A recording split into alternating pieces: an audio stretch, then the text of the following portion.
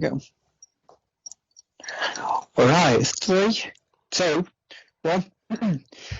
Yo, what's going on, guys? Fred's here, and as always, with me in Off the Mark podcast is. Sorry, I've just had I'm Luke. I just had an idea related to a topic we were talking about. Right, yeah. So on write it down. On my timeline, I just on my Instagram timeline, because obviously I'm messaging people on Instagram. Yeah. I just saw Ashley Eckstein pop up. Ooh. She would be the most fun because I've heard she's the nicest person. Probably. Anyway, so enough about fingers crossed interviews. Probably not though. Yeah, we're reviewing Mandalorian, episode 4, 5, and 6. Man, today's episode was good. Yeah. But you know, we have to wait to get there. We have to wait. Okay. Yep. So, as Luke has just explained, we are doing the last 3 episodes of Mandalorian. We have covered the first 3, being what we discussed in our last video. Was it our last video, or Yeah, it was, because it's been 3 weeks since we last had an episode. Yes. So now we will be going on to our next 3 episodes, and to be honest, I think the last one is what we're probably going to be the most excited to discuss. So yeah, I think the first one least, and then the next one, sure. We've already spoken about it, IRL though. Yes. All right. So, do you want me to do the first one? Yeah, run us through the first episode, because I sure as hell can't remember it. All right. So, this episode is we see Din Djarin, Mando, and Baby Yoda, the child, going back to their old turf, where they meet up with Greef Kargan and Cara Dune. We will not be talking about Gina Carrero this episode, or ever, because I have no interest in touching on that. Nope. Iffy topic. But her character's interesting. Yeah. So basically, he meets back up with them. I'm pretty sure that he tries to find something out, and like he needs information, looking for Ahsoka. No, he needs ship it? repairs. Oh yeah, he needs ship repairs. So he arrives on planet, I can't remember what it's called, and neither do I. Obviously Greef offers to repair it, get some guys to repair it. And while that happens, he has something for Mando to do. There's an Empire base off in the distance, and they want to go snuff it out. Baby Yoda is left. We won't call him by his name yet because it's not relevant. In a school. In a school with like 6-year-olds. Yeah. You put a 50-year-old with the 6-year-old. How creepy. Yeah, like he fully like gawks at some little kid's food and then steals it. So not gonna lie, you deserve it. The quote-unquote cookies. Macarons are not cookies. Thank you very much. Yeah, I looked at them and thought, wait, those are macarons. So they're like half shell macarons. I need to find the definition of cookies. Hold on. You keep talking. Yeah. So basically, we see a surprise person who comes along on this journey to the abandoned Imperial base, which is the blue fish person who we met in the first episode, who got put into carbonite and delivered to the guild. And as everything continues. Hold on. Okay, so the definition of cookie is a sweet biscuit having a fairly soft and chewy texture and typically containing pieces of chocolate or fruit. So, is it sweet? Yes. Is it fairly soft and chewy? Yes. Does it contain pieces of chocolate or fruit? No. But is it a biscuit? It says a sweet biscuit. So now I need to find the definition of biscuit. Continue. Wow, you're really going for this. Okay. But yeah. So they get to the Imperial base. They discover that it's not abandoned. There's still a few different levels of stormtroopers there. They obviously try and destroy it, find out that they realize that Moff Gideon is not dead, and that they had been cloning. There's like a big cloning facility. Yeah, they're creating humans, force, blood, stuff. Yeah. Which is Dark Troopers from the EU, right? Yeah. And, okay, I can confirm. A biscuit is a small, baked, unleavened cake, typically crisp, flat, and sweet. So the crisp is ruled out, which is what makes it a cookie. And now I need to find out what the definition of a cake is. I'll be right back. Oh gosh. Okay. Okay, I will continue. Basically, long story short, to finish off how this episode is, they blow up the reactor inside of the base. Everything in the base gets destroyed. Mando's ship is repaired after a actually really cool dogfight. But Mandalorian's ship, the Razor Crest, has had a tracker put on it, as confirmed by one of the people who repaired it. Yeah. Yep, we see Moff Gideon reappear with his new product of Shadow Troopers. Which... No, they're Dark Troopers. Oh, Dark Troopers, sorry. So Dark Troopers. In the new episode, he refers to them as Dark Troopers. Yeah. Yeah, Shadow Troopers are something completely different.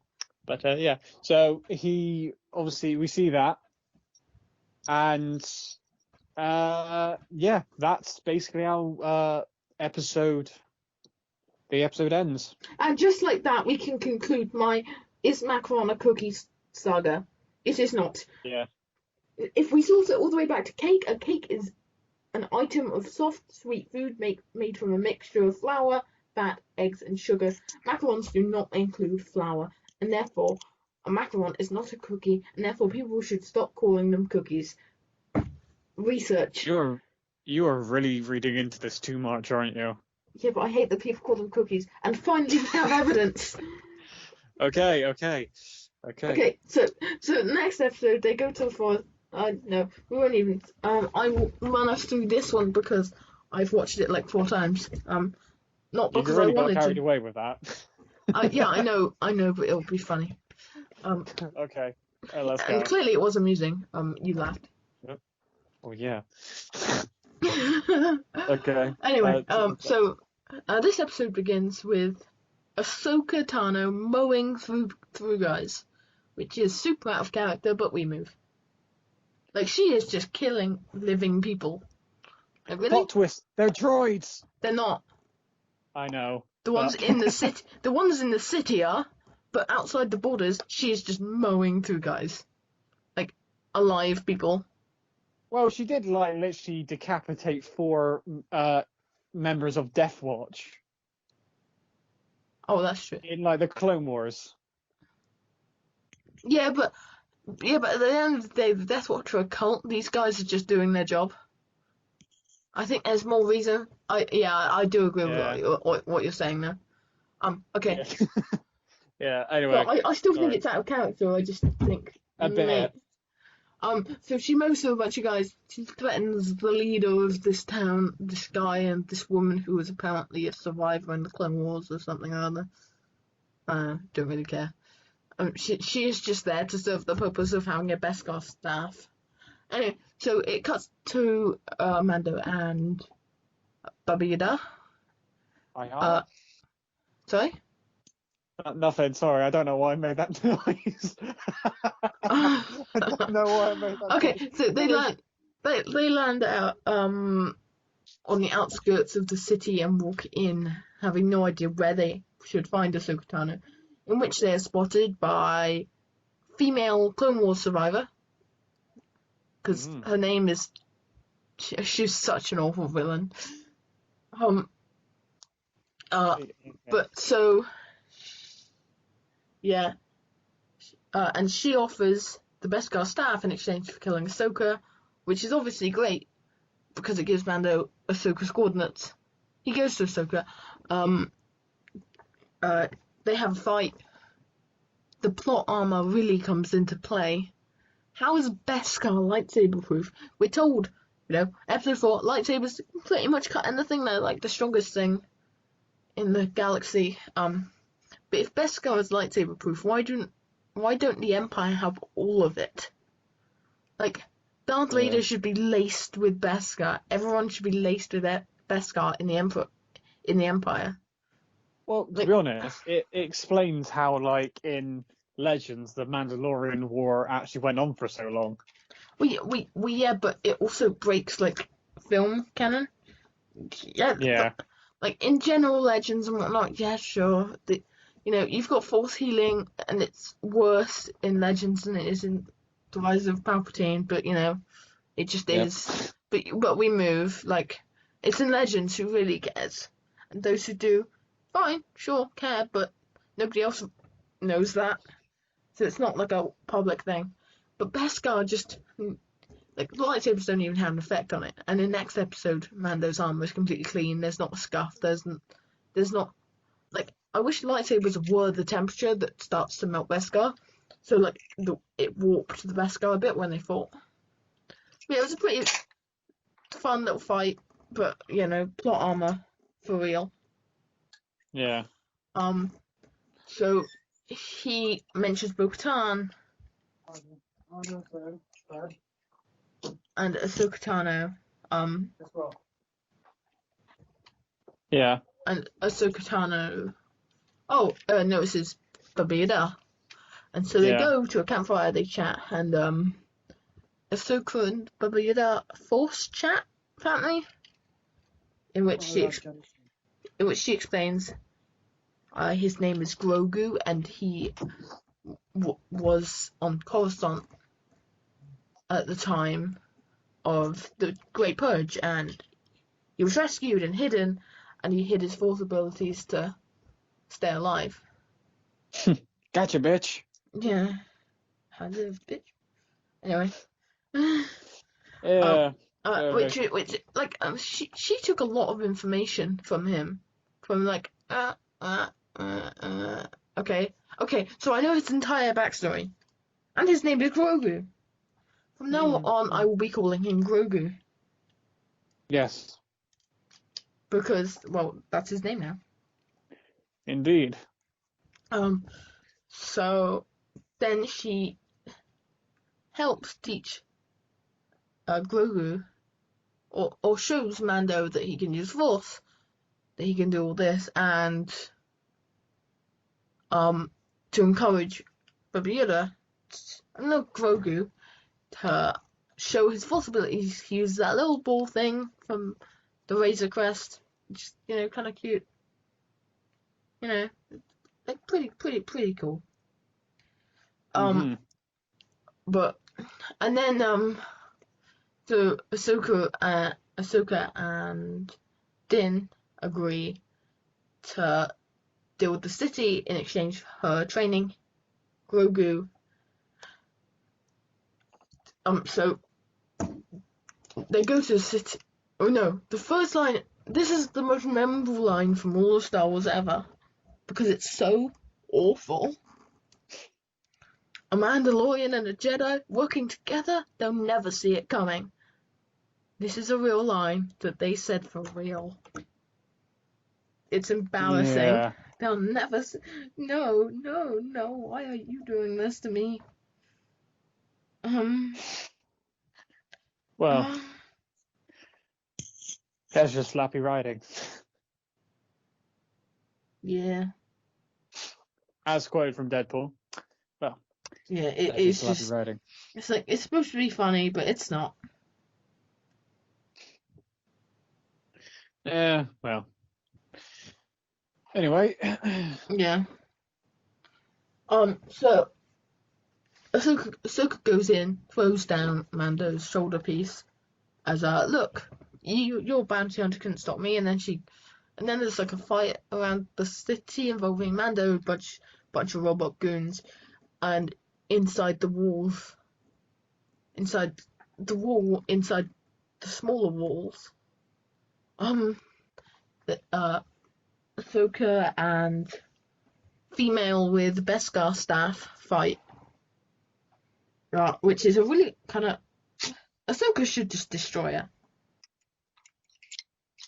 Realistically, Ahsoka should, like, if Ahsoka had gone slightly faster pace, she could have just wiped the floor with her.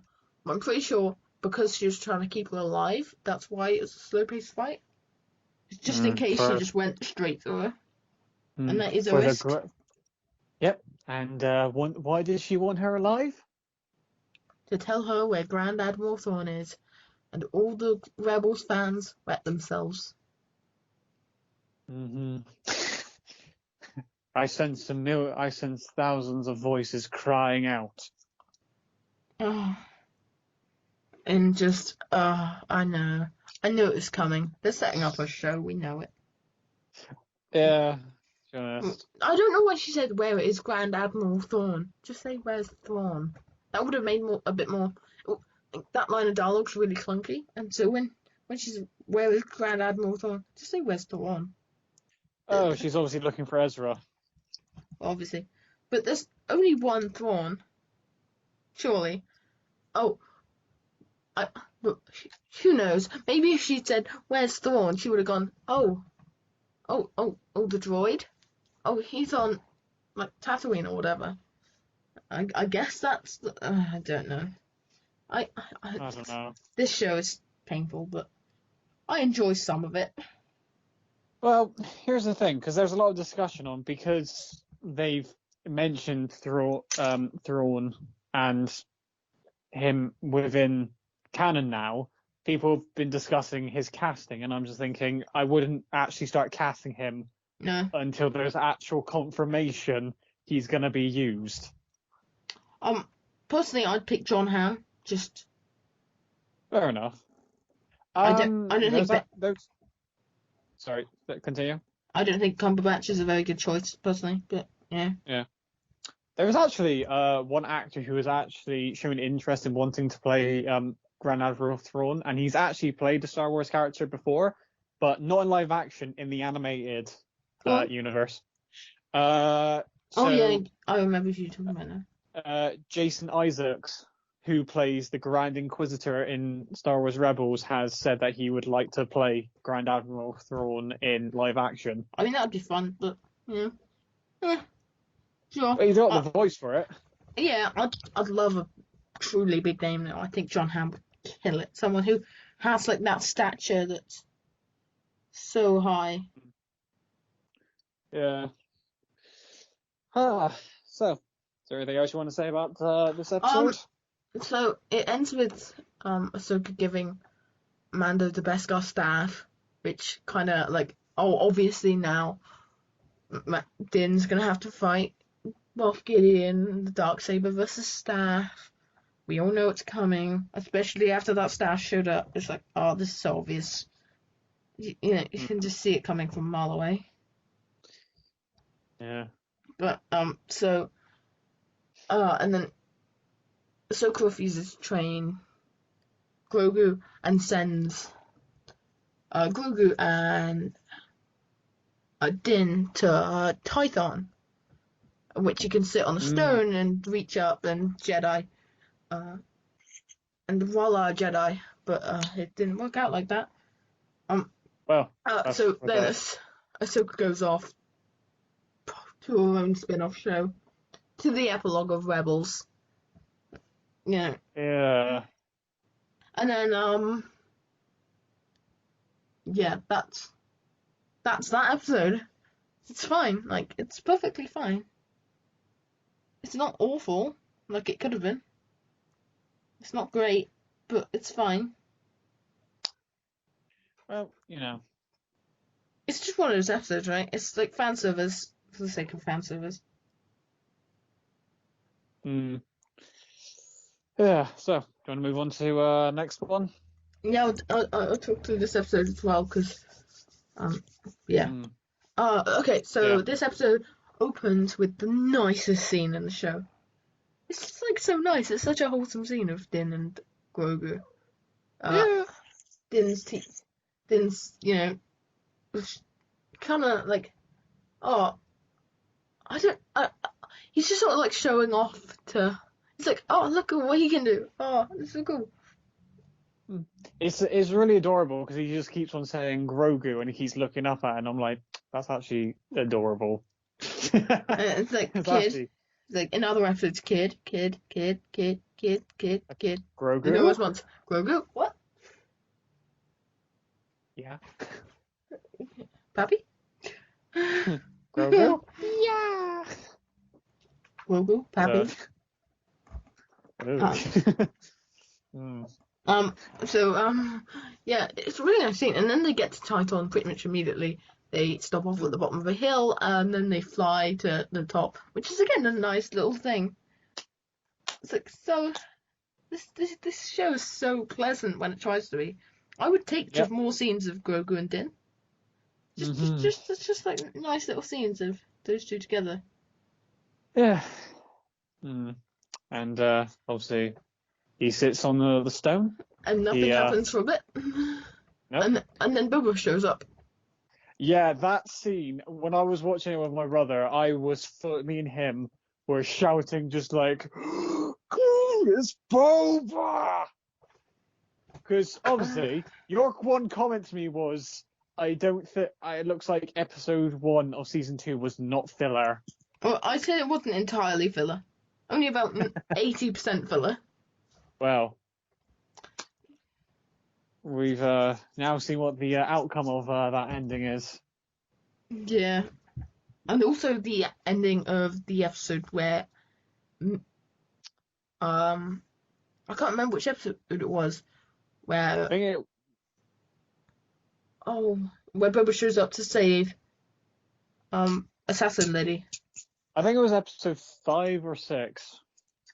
Yeah. It was episode 5. It was episode 5 because the episode after that is the prison break one, and then that leads on to him coming back to meet Grief Kargan with Cara Dune. Yeah. So I think it's episode 5. Yeah, so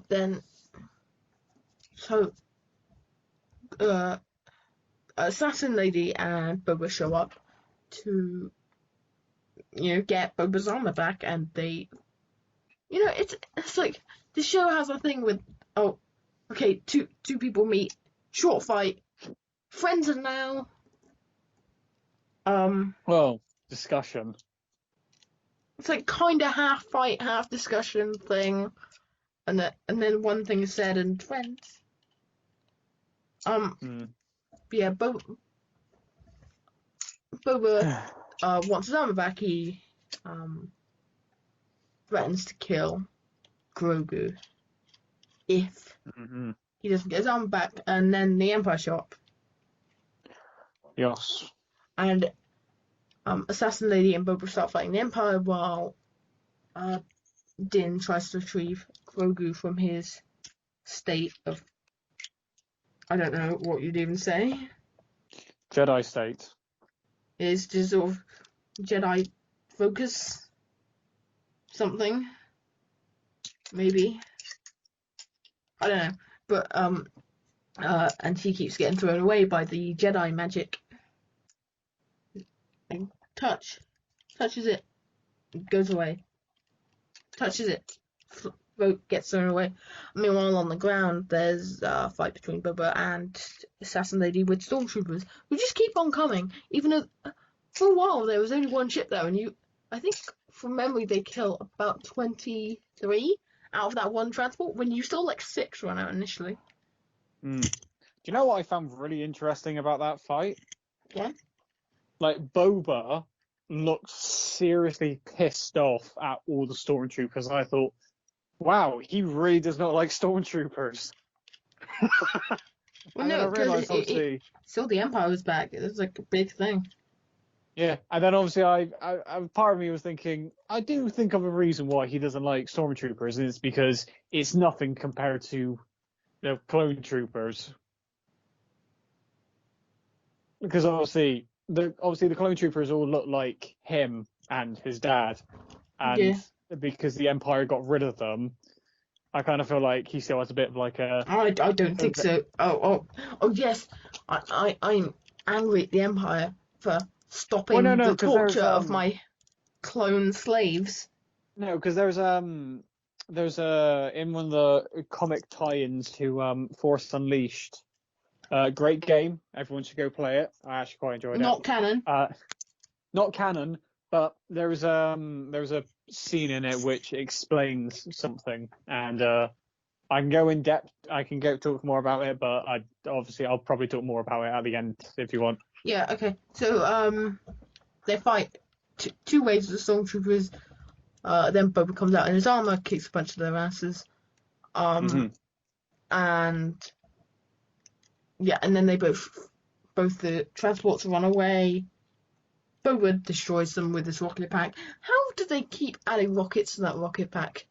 I swear that it was used like twice in episode 1, and then it wasn't refilled before now. So do you think, Mando's just nice enough to put one back in, just in case someone happened to want to use it?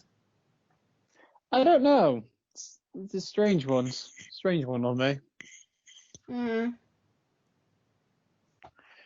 Yeah, who knows? And yeah. Yeah. So then dark troopers are sent down. They pick up Baby Yoda. Grogu. One thing that bothers me about that though, Din left, and then Baby Yoda's light went out. And then it's like, okay, now pick him up. Now get to the Razor Crest. Now on away. Like, if he just turned back as he was walking away, he would have gone, oh, pick up the child. Let's go ship. Fly away. Or at the very least, he would have had the child when the ship got blown up. And it wouldn't have had that issue with the Dark Troopers. But, yeah. Writing gotta stay bad. So Dark Troopers pick up the child. They fly back to the ship. And that's pretty much the episode over. Obviously, you see Baby Yoda in containment. Oh, they've got another donor. And then Boba, Assassin Lady, and Din all go to Gina Carrero planet and ask for help. And yeah, that's episode over. Thoughts? I very much enjoyed this episode. Probably my favorite episode out of all that we've seen so far. So, would you agree? Sorry? Would you agree that it's probably the best episode they've done so far? The best episode of the show entirely, I'd say, yeah. I I think the writing's still pretty bad. Like, there's a lot of sloppiness in the writing. Like, if at least if you had the child's light go out when Din got down to the battlefield, then it wouldn't have been so stupid. But he literally goes out as soon as Din walks away. Like, that's so annoying. That's such an easy fix as well. You could literally have a cut after Din walks away and then have that moment while he's down. You can just split that section up and then move the end bit of it later on. That's such an easy change, but it makes your writing look so sloppy. Well, obviously, I think my biggest thing about this episode is the fact that I myself, and I know a lot of other Star Wars fans, have always wanted to see Boba like reappear back in the series in a way, and I think this was actually an alright way of actually doing it. Yeah. I love your comment that you said about Tamora Morrison in the Boba armor. Oh, Boba Fett, more like Boba Fett. I find that really funny because, to be fair, I think obviously I don't think they obviously gave him enough notice to like obviously start like working out and doing all of the things. But I think, to be fair, just having him in the armor is actually kind of good enough. Yeah. Yeah, I think it's pretty cool. Like, Yeah. Obviously he's going to be overweight. It was a joke at that. Like, that was just a joke, and yeah, it's like fun. Yep. So yeah, this couple episodes were pretty good. Pretty good.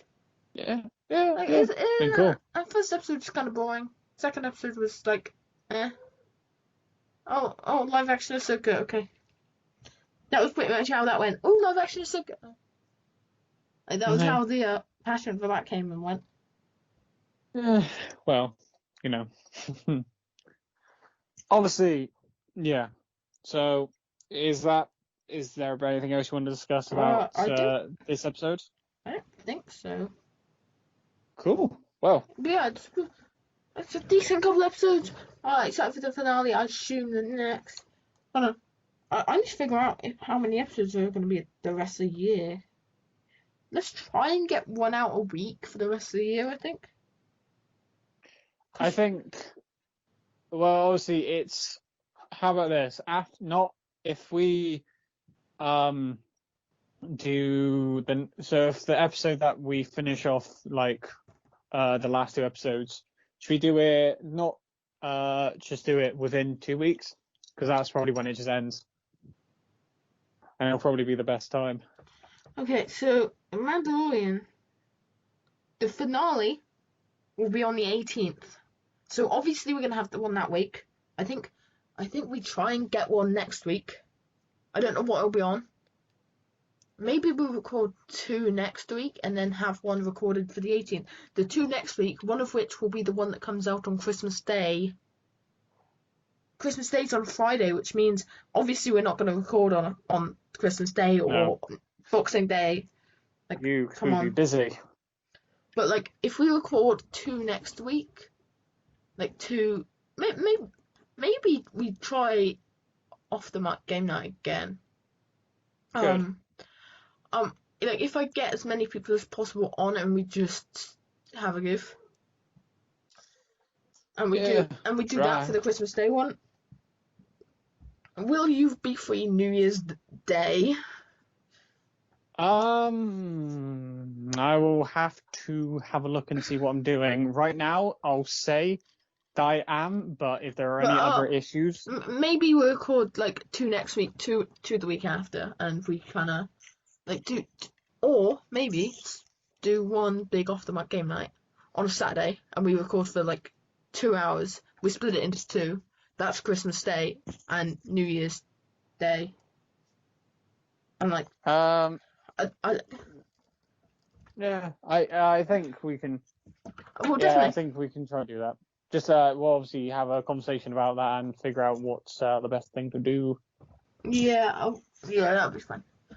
I think that'll be it for this episode, though. So, ta-ta. Yeah. I've been Luke. He's been Fred. Bye-bye. See you guys later. Bye. Stopped on exactly 3 minutes 33. 33 minutes 33 seconds.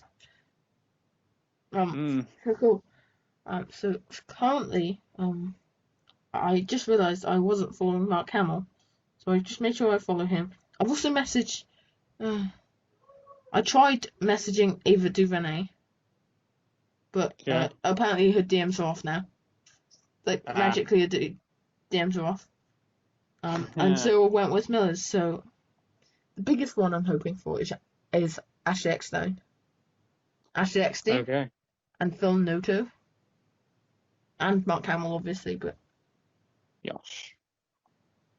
Can you think of anyone? I've got like 6 minutes. Did you take my suggestion of Steve Bloom? No, I don't think his DMs are open.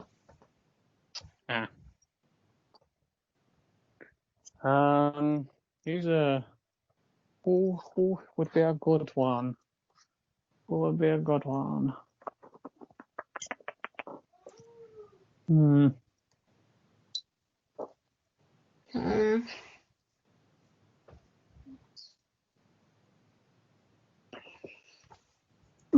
don't know. I can't really think of anyone else.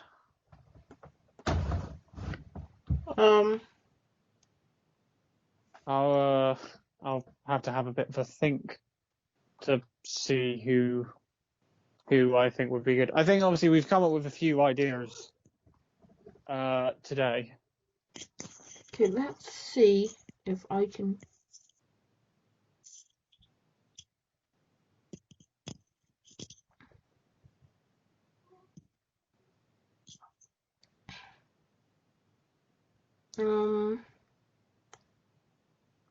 Maybe Billy D. Williams.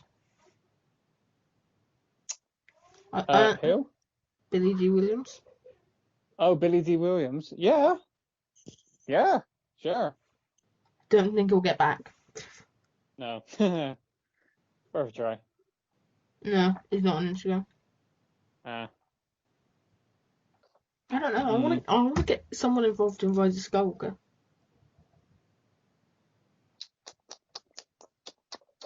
Like someone. John Boyega. Oof, that would be so cool. But I don't think You get Bash. Or maybe someone from the Lucasfilm marketing department. Just get George Lucas himself on. Be interesting.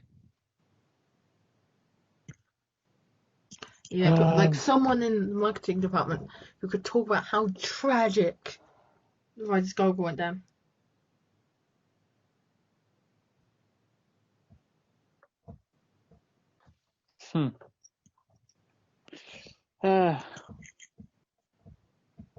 Ooh, quiz at Lucasfilm. Let's see the jobs at Lucasfilm. Ooh.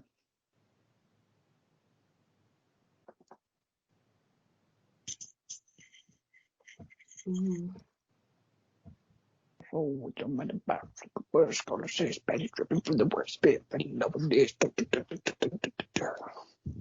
Anthony Rodriguez.